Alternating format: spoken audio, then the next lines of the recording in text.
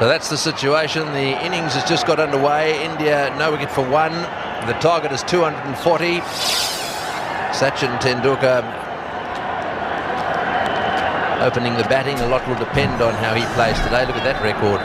416 matches, an average of 43. Incredible. He lets the ball go.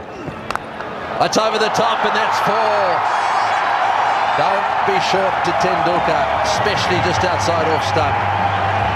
He will thrash it to the fence. Saw that a few times in Hobart, and he got away from the Sri Lankans.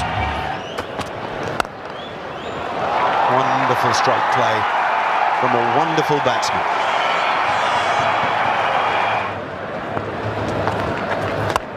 He goes for it, he gets it. What a cracking shot from Tendulkar.